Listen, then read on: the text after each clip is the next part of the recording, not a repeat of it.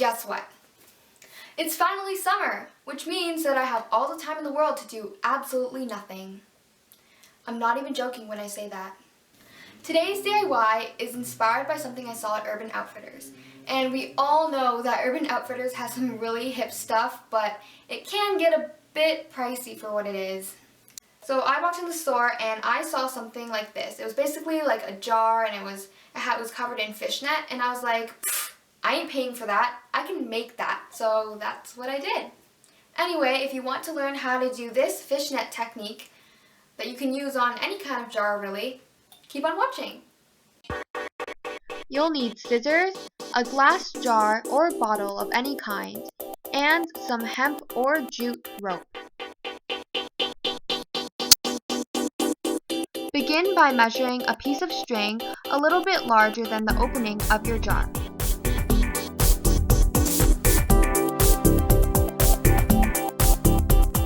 Next, tie a knot, leaving a little bit of room between the string and the opening of the jar.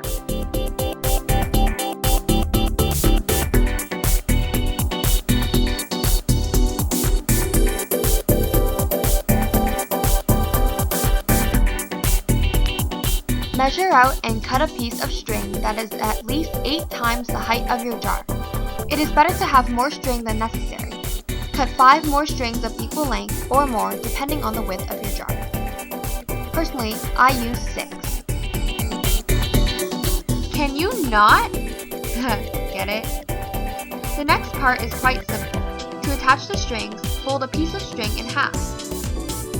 Then, slide the loop up behind the existing string.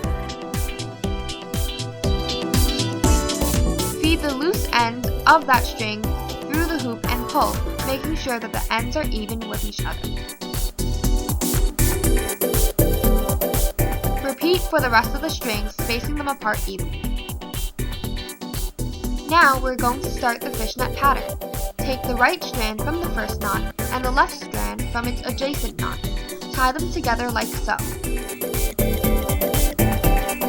Over and through the hoop. And then repeat this process for the rest of the strands. How easy is that? When making the knots, make sure they all line up with each other. And pull tightly.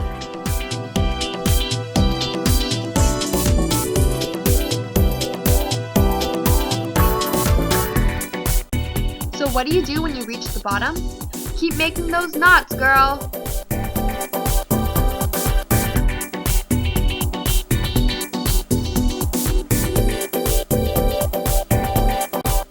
Tie the next row of knots closer and closer to the previous until you cannot tie or fit another row.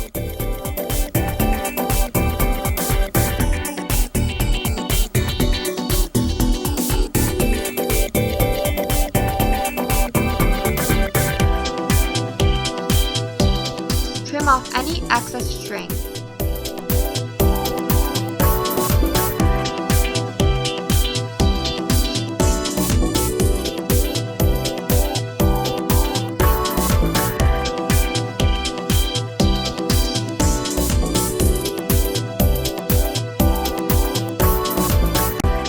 This step is optional, but you can use a hot glue gun to glue down the ends of the strings to ensure a flat bottom for your jar.